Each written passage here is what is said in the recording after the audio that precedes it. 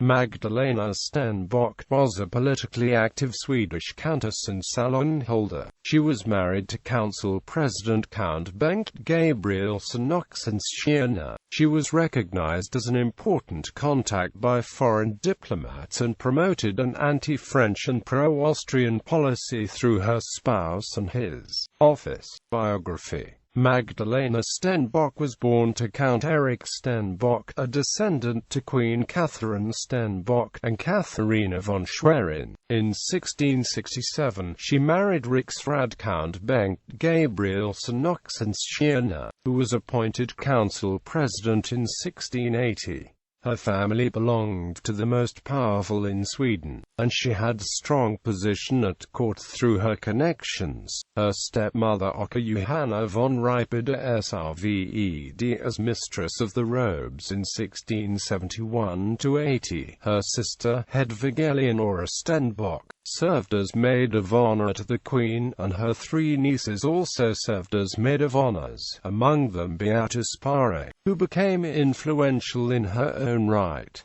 Stenbock came to play an influential role in politics during the tenure of her spouse in office. During the 1680s and 1690s, Magdalena Stenbock and Bengt Gabrielsson Oxenstierna played a similar role as Christina Piper and Karl Piper in the 1700s, and Margareta Gyllenstierne and Arvid Horn in the 1720s and 1730s, that of a married couple acting as political colleagues. Through her marriage, she was seen as a potential channel to her spouse, a role she was very willing to play, and she was courted by diplomats and supplicants. Foreign diplomats pointed her out as a key figure in Swedish politics because of her influence and an important person to cultivate. Her salon at the family city residence Oxenstierna.She was a meeting place for foreign ambassadors in Stockholm, where her gambling table was described as a center of Swedish foreign policy, and it was regarded as a privilege to be invited there and to the family country estate Rosersberg Palace. The ambassadors of Austria, Netherlands, Luneburg and Saxony were all frequent guests in her salon. As a person, Magdalena Stenbock has been described as proud and haughty, as a skillful intriguer and in wisdom above her husband and her gender. In the reports of foreign diplomats, the views of her spouse, which were important due to his office,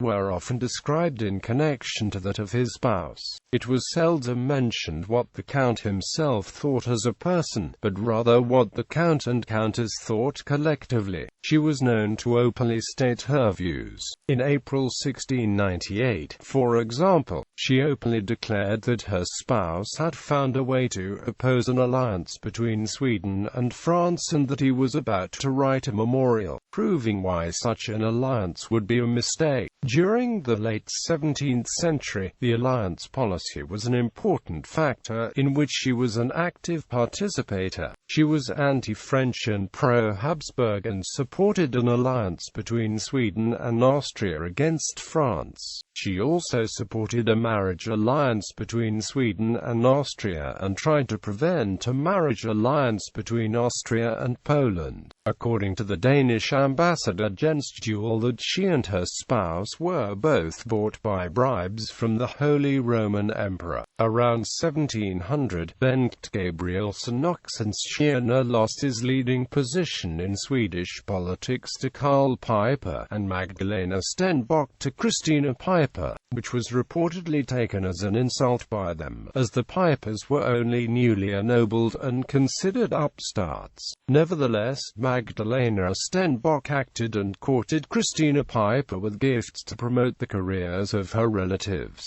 After becoming a widow in 1702, it was reportedly thanks to Karl Piper that Stenbock were able to keep the pension of her late spouse. During the fire of the royal palace Tre Kronor in 1697, the royal family took refuge in her home.